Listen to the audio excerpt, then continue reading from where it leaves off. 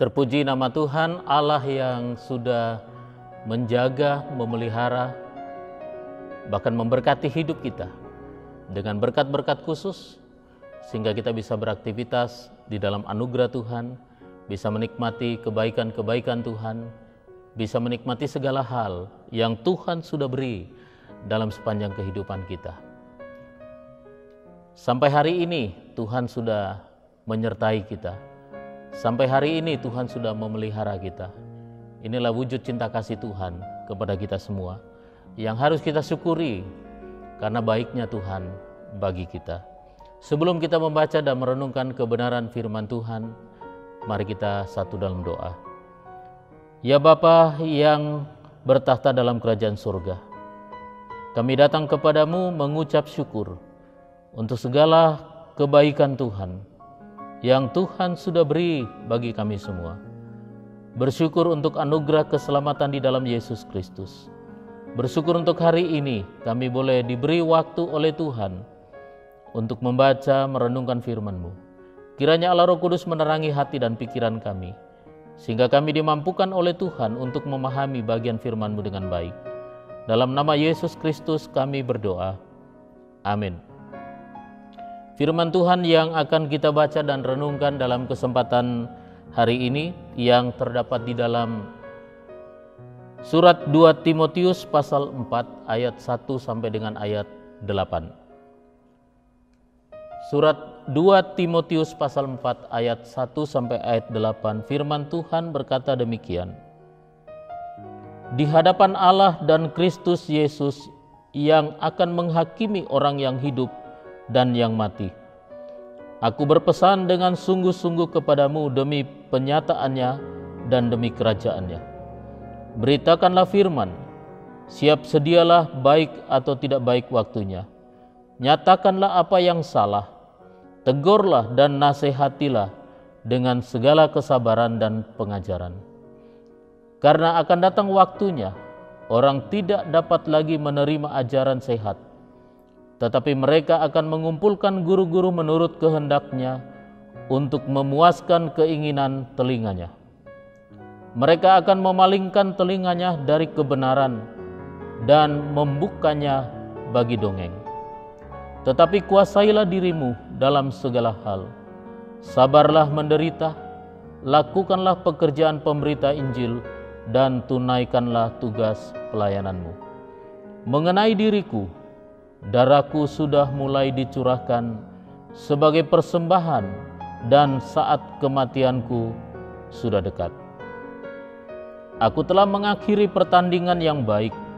Aku telah mencapai garis akhir dan aku telah memelihara iman. Sekarang telah tersedia bagiku mahkota kebenaran yang akan dikaruniakan kepadaku oleh Tuhan, Hakim yang adil pada harinya. Tetapi bukan hanya kepadaku, melainkan juga kepada semua orang yang merindukan kedatangannya. Firman Tuhan dalam bahagian ini merupakan nasihat, wejangan dari Rasul Paulus kepada Timotius di dalam tugas pelayanannya sebagai seorang gembala, tugas pelayanannya sebagai pemimpin jemaat, di mana ia dipercayakan untuk menggembalakan jemaat Tuhan. Renungan kita pada hari ini berjudul Berjuang sampai akhir, secara khusus di dalam ayatnya yang kelima. Tetapi kuasailah dirimu dalam segala hal, sabarlah menderita, lakukanlah pekerjaan pemberita Injil, dan tunaikanlah tugas pelayananmu. Bapak, Ibu, Saudara yang kekasih di dalam Yesus Kristus, berjuang sampai akhir adalah sebuah usaha yang dilakukan oleh seseorang di mana ia memulai sebuah pekerjaan dengan yang baik, menjaga konsistensi dirinya untuk mengerjakan apa yang sudah dimulainya dan menyelesaikan pekerjaan itu dengan baik. Beberapa tokoh Alkitab yang seringkali kita baca dan temukan di dalam Alkitab memberikan gambaran kepada kita bahwa untuk memulai pekerjaan, banyak orang yang bisa memulainya, tapi mengakhiri dengan baik, hanya sedikit orang yang bisa menyelesaikannya. Yakub memulai sebuah karya dalam hidupnya dengan cara yang tidak baik. Tetapi seiring dengan berjalannya waktu, ia dapat melakukannya dan mengakhiri karyanya dengan baik. Tokoh yang lain, Saul, ia memulai karyanya dengan cara yang baik, tetapi dalam perjalanan menyelesaikan pekerjaan itu, ia lalu mengakhiri dengan cara yang tidak baik. Tokoh yang lainnya lagi seperti Daud, ia memulai karyanya dengan baik. Dalam perjalanan kehidupannya, untuk mengerjakan bagian-bagian yang harus dikerjakan, lalu ia jatuh di dalam dosa, tapi ia kembali kepada Tuhan, memperbaharui komitmennya, dan akhirnya ia dapat menyelesaikan perjuangannya dengan baik. Rasul Paulus memberikan gambaran bahwa kehidupan Kristen, orang-orang yang percaya kepada Tuhan, seperti seorang atlet yang berlomba lari. Dia harus memulai perlombaan itu. Ia harus menyelesaikan perlombaan itu dan mencapai garis akhir dengan baik. Kepada Timotius yang adalah anak rohaninya, paling tidak Paulus memberi nasihat. Ada 3 bahagian yang harus dan ditekankan oleh Paulus untuk dikerjakan oleh Timotius. Yang pertama adalah penguasaan diri. Di ayat yang kelima berkata, tetapi kuasailah dirimu dalam segala hal. Timotius adalah seorang putra yang lahir dari seorang ibu yang namanya Eunike. Dia memiliki ayah seorang Yunani, Eunike seorang Yahudi, dan ayahnya seorang Yunani. Tetapi ketika Timotius kecil, ia dididik oleh ibunya dengan iman percaya kepada Allah. Dan ternyata apa yang dilakukan oleh ibunya, Eunike, didapatkan bahwa ibu dari Eunike, yaitu Lois, melakukan hal yang sama, mengajar Eunike tentang iman percaya kepada Allah. Lalu Eunike memiliki anak, yaitu Timotius, mewariskan pengajaran itu, mewariskan iman itu kepada Timotius, sehingga sejak kecil Timotius sudah belajar tentang kitab suci. Sejak kecil Timotius sudah memahami tentang siapa Allah di dalam kehidupan umat manusia, siapa Allah di dalam kehidupannya. Itulah sebabnya ketika Timotius bertemu dengan Paulus, Paulus terus memuridkan Timotius. Paulus terus memberi pengajaran kepada Timotius.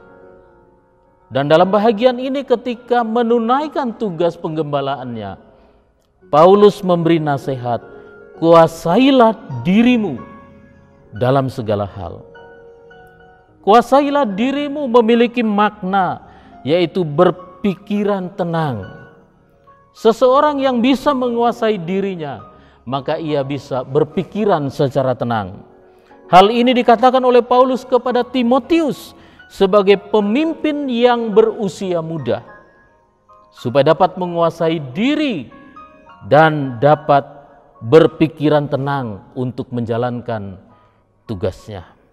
Paulus memberi nasihat kepada Timotius karena di dalam jemaat Efesus, di mana Timotius menggembalakan orang-orang percaya yang ada di Efesus, Timotius diperhadapkan dengan tantangan pengajaran yang berasal dari guru-guru palsu yang menyalahgunakan penafsiran kitab suci dengan penerapan-penerapan yang keliru. Itulah sebabnya Paulus memberi nasihat kepada Timotius untuk menghadapi guru-guru palsu, untuk menghadapi pengajaran-pengajaran yang sesat.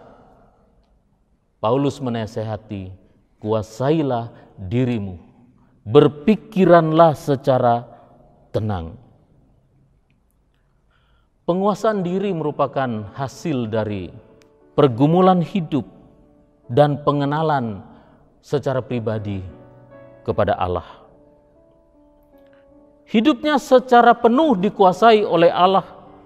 Hidupnya secara penuh dikuasai oleh Roh Kudus. Hidupnya secara penuh dikontrol oleh kuasa daripada Allah, sehingga praktek hidupnya mencerminkan tentang iman percayanya kepada Allah. Penguasaan diri menjadi sangat penting, sebab hal itu dapat menunjukkan perilaku dia sebagai orang yang percaya kepada Yesus. Penguasaan diri sebagai orang yang percaya kepada Tuhan menjadi sangat penting, sebab dengan penguasaan diri kita bisa mencerminkan tentang iman percaya kita kepada Allah. Penguasaan diri menjadi sangat penting di dalam menjalani kehidupan kita hari ke hari. Terkadang kita sulit untuk menguasai diri ketika diperhadapkan dengan berbagai persoalan di dalam rumah tangga, persoalan di dalam pekerjaan, persoalan di dalam pelayanan, persoalan di dalam segala aspek kehidupan kita. Tetapi sebagaimana Paulus memberi nasihat kepada Timotius, nasihat yang sama juga Allah tujukan kepada kita, bahwa hendaknya kita dapat menguasai diri dalam segala hal dalam perjalanan kehidupan kita. Yang kedua, berjuang sampai akhir dalam bahagian ini. Yang kedua adalah kesabaran dalam menderita. Tetapi kuasailah dirimu dalam segala hal, sabarlah menderita. Timotius adalah seorang yang setia menemani Paulus dalam perjalanan pelayanan Paulus. Kurang lebih 15 tahun Timotius mendampingi Paulus dalam pelayanan, yang dalam kesehariannya hubungan mereka semakin hari semakin dekat. Hubungan mereka semakin hari semakin akrab, hubungan mereka semakin hari semakin intim, oleh karena memiliki tujuan yang sama, yaitu memberi diri untuk melayani pekerjaan Tuhan. Timotius juga pernah menemani Paulus, bersama-sama dengan Paulus di penjara. Bahkan Timotius juga seorang diri pernah dipenjarakan oleh penguasa di zaman itu karena mempertahankan iman dan perjuangannya di dalam pelayanan. Selain tantangan yang dihadapi oleh Timotius dari para penguasa dan sekitarnya, Timotius juga sebenarnya ia memiliki pergumulan secara pribadi, di mana tubuhnya yang tidak begitu sehat. Ia sering jatuh sakit, dan nampaknya Timotius mengalami gangguan di dalam pencernaannya. Saya membaca buku-buku sejarah yang berkenaan dengan Timotius. Rupanya dijelaskan bahwa Timotius mengalami sakit gangguan pencernaan yang diduga gangguan itu disebabkan oleh air yang dikonsumsi di mana ia pelayanan. Kandungan yang terdapat di dalam air itu mempengaruhi kesehatan, secara khusus bagian pencernaan daripada Timotius. Mungkin juga ada penyakit yang lain, tetapi bahagian ini yang ditemukan ketika belajar tentang pribadi Timotius. Itulah sebabnya Paulus memberi nasihat kepada Timotius bahwa ia diizinkan untuk meminum anggur manis sebagai salah satu cara untuk menghangatkan tubuhnya ketika ia bergumul dengan kesehatannya oleh karena penyakit yang ada pada tubuhnya. Itulah sebabnya Paulus memberikan nasihat supaya ia mengambil sedikit anggur untuk diminumnya agar tubuhnya menjadi hangat. Selain ia mengalami penderitaan, selain ia mengalami tekanan, selain ia mengalami pergumulan dalam pergumulan, baik dalam pelayanan yang berhubungan dengan pemerintahan penguasa di zaman itu, tetapi ia juga mengalami penderitaan secara jasmani. Dan ternyata ia tetap sabar di dalam penderitaan yang dialaminya. Itulah sebabnya Paulus menasihati, sabarlah menderita. Menjadi anak Tuhan memang kita diberi jaminan oleh Tuhan, anugerah keselamatan. Tetapi menjadi anak Tuhan, menjadi orang percaya, tidak serta-merta meluputkan kita dari penderitaan demi penderitaan, meluputkan kita dari pergumulan demi pergumulan, meluputkan kita dari setiap tantangan kehidupan kita. Apapun kondisi kita yang menyebabkan kita mengalami kesusahan, yang menyebabkan kita menangis, yang menyebabkan kita menderita, tetaplah sabar di dalam penderitaan itu. Paulus menasihatkan kepada kita, sabarlah menderita. Setiap bahagian dalam kehidupan kita dikontrol, dikendalikan oleh Tuhan. Setiap perjalanan kehidupan kita dijaga oleh Tuhan. Rancangan Tuhan selalu baik. Dan apa yang Tuhan izinkan untuk kita alami, untuk kita rasakan, akan mendatangkan kebaikan bagi setiap anak-anak Tuhan. Karena itu setialah, sabarlah dalam situasi menderita sekalipun di dalam hidupmu. Yang ketiga, berjuang sampai akhir. Dalam bahagian ini Paulus menasihatkan kepada Timotius, yakni tentang ketekunan iman. Ketekunan iman ini diibaratkan seperti lomba lari. Semua peserta bersemangat ketika berangkat dari titik start. Ketika ia memulai untuk ikut berlari, ikut kompetisi, ikut perlombaan, berlari. Namun titik kritis terjadi saat masalah menghadang. Kelelahan, kepanasan, kehausan yang terus menggoda supaya kita mengakhiri perlombaan itu, supaya kita mengakhiri kompetisi itu. Hanya mereka yang terus berjuang dengan sabar, hanya mereka yang terus berjuang dengan sabar menanggung ketidaknyamanan dalam tubuhnya, dan mereka akan tiba di garis akhir dan mereka akan menyelesaikan perlombaan itu. Dalam mengikuti perlombaan, banyak masalah yang seringkali menghadang. Menjadi anak Tuhan tidak serta-merta menghilangkan pergumulan hidup. Pergumulan hidup akan selalu ada. Godaan dunia yang memikat akan selalu ada. Tawaran untuk menikmati kesuksesan secara semu selalu ada. Tawaran untuk memuaskan nafsu bisa membuat kita keluar dari jalur. Bahkan penyakit dan persoalan hidup juga dapat membuat kita putus asa dan ingin berhenti di dalam menjalani kehidupan berpengharapan kepada Tuhan. Ingatlah pesan Tuhan melalui Rasul Paulus. Tetap berjuang, bertahan sampai akhir, dan jangan sampai kehilangan mahkota yang telah disiapkan oleh Tuhan bagi setiap orang percaya yang berjuang di dalam ketekunan imannya. Menurut tradisi, ternyata Timotius mengalami kematian secara tragis dalam penggembalaannya di kota Efesus. Ia menentang prosesi penyembahan kepada berhala yang dilakukan oleh orang-orang yang ada di kota itu. Bahkan ia menyampaikan khotbah agar semua orang bertobat dan mencari Tuhan.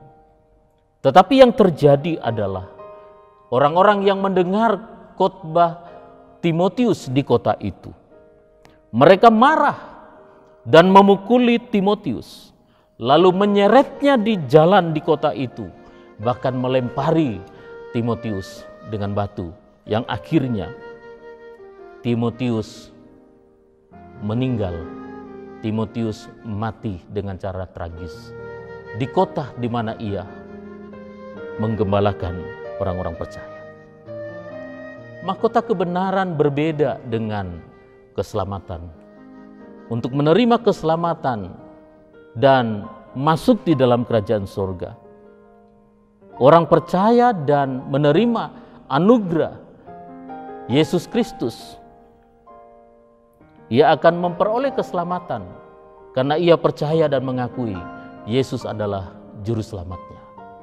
Tetapi mahkota kebenaran yang disiapkan adalah diberikan kepada mereka yang setia dan tekun mempertahankan imannya sampai dengan akhir kehidupannya. Tentu ketika kita ditawari, apakah engkau mau diselamatkan? Apakah engkau mau masuk di dalam kerajaan surga? Tidak ada cara lain, tidak ada jalan lain. Satu-satunya jalan untuk masuk di dalam kerajaan surga hanyalah melalui Yesus Kristus. Tetapi mahkota kebenaran diberikan kepada setiap orang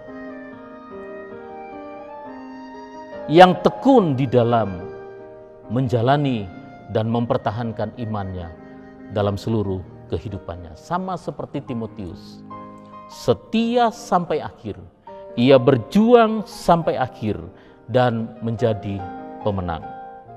Sama seperti Timotius, itulah harapan yang diberikan kepada kita semua, supaya kita berjuang sampai akhir dan menjadi pemenang. Tapi untuk berjuang sampai akhir, dalam firman Tuhan ini ada 3 hal yang perlu kita lakukan, yaitu penguasaan diri. Yang kedua adalah kesabaran dalam penderitaan. Yang ketiga, yakni tetap tekun di dalam iman. Tuhan Yesus memberkati kita semua. Mari kita berdoa. Kami bersyukur kepadamu Tuhan, untuk waktu yang Kau beri bagi kami di hari ini. Waktu untuk membaca dan merenungkan firman-Mu. Kiranya Allah Roh Kudus akan terus menolong kami untuk mempraktekkan setiap bagian firman-Mu dalam seluruh kehidupan kami. Dan bahkan kami dimampukan untuk menjadi berkat bagi orang lain melalui praktek hidup dan teladan hidup yang kami lakukan dalam sepanjang kehidupan hari ke hari. Terima kasih Bapa, ini doa kami. Di dalam nama Yesus Kristus kami berdoa. Amin.